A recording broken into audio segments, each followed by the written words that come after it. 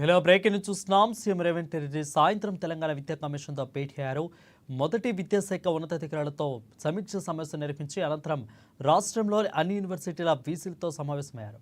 కాగా సీఎం రేవంత్ రెడ్డి ప్రత్యేక శ్రద్ధతో పాఠశాల విద్యా విధానంలో సమూల మార్పులు తీసుకొచ్చేందుకు సర్కారు పనులను సంస్కరించేందుకు తెలంగాణ విద్యా కమిషన్ను ఏర్పాటు చేస్తున్నారు. ఈ నేపథ్యంలో కమిషన్ చైర్మన్ ఆకునూరి మురళి అదేవిధంగా కమిషన్ సభ్యులు రాష్ట్రంలో అమలవుతున్న విద్యా విధానాలపై కీలక నివేదిక అందివ్వనున్నారు.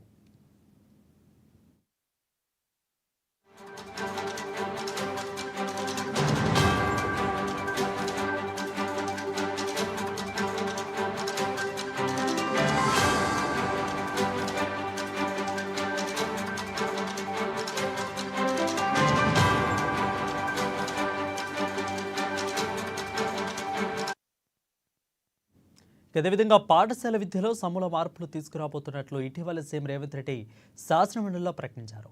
విద్యా కమిషన్ నివేదికను క్షుణ్ణంగా పరిశీలించిన అనంతరం విద్యా వ్యవస్థలో తీసుకురానున్న పలు కీలక నిర్ణయాలను సీఎం ప్రకటించనున్నట్లుగా సమాచారం.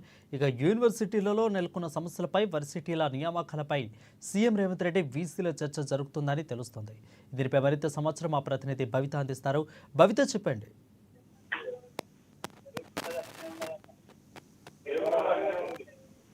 రైట్ భవిత, చెప్పండి. కొద్దిసేపటి క్రితమే సీఎం రేవంత్ రెడ్డి అధ్యక్షతన విద్యా కమిషన్ పైన సమీక్షా సమావేశం కారణమైంది. ఈ సమావేశంలో విద్యా కమిషన్ చైర్మన్ ఆకునూరి మురళితో పాటు మాజీ ఐఏఎస్ జయప్రకాష్ నారాయణ, విద్యాశాఖ కమిటీ సభ్యులతో పాటు ఇతరత్ర అధికారులంతా విద్యాశాఖ అధికారులంతా కూడా హాజరయ్యారు. ముఖ్యంగా ఈ ప్రభుత్వంలో ఈ రాష్ట్రంలో తెలంగాణ ప్రభుత్వ విద్యాలయాలు కావచ్చు, ఇతరత్ర విద్యాశాఖకు సంబంధించినటువంటి సమూలమైన మార్పులు తెచ్చేందుకే ఈ సమీక్ష సమావేశం ముఖ్యంగా నిర్వహించిన సందర్భం కనబడుతుంది. అయితే ముఖ్యంగా ఇప్పటికే తెలంగాణ ప్రభుత్వం విద్యాశాఖ పైన పూర్తిగా దృష్టి సారించిందని మనం చెప్పుకోవాలి.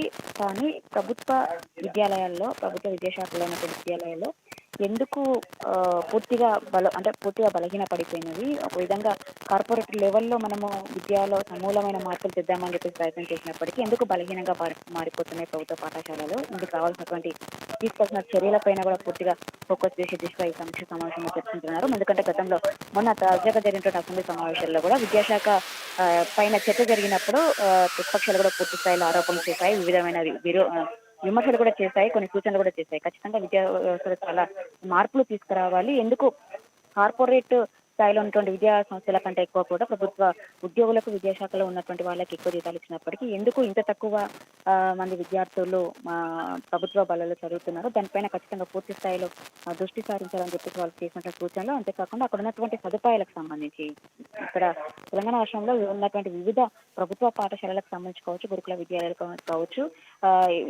ఉన్నటువంటి సదుపాయాలపైన కూడా ఖచ్చితంగా ఫోకస్ చేయాలి. అవసరమైనటువంటి సదుపాయాలను కల్పించాలి. ఇలాంటి అంశాల అన్నిటిపైన కూడా ఖచ్చితంగా ఫోకస్ చేసి పూర్తి స్థాయిలో విద్యా వ్యవస్థను బలోపేతం చేయాలి అనే దిశగా ప్రభుత్వం ముందుకు సాగాలి అని చెప్పేసి ఈ సమావేశంలో చర్చించే అవకాశం ఉన్నట్టుగా తెలుస్తుంది.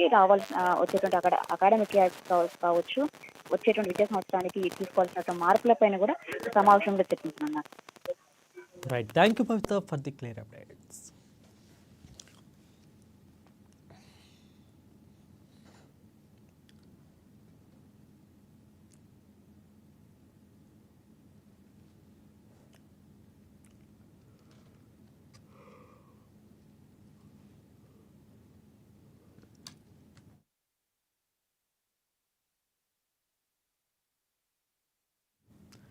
హైదరాబాద్ లోకల్ బాడీ ఎమ్మెల్సీ ఎన్నికల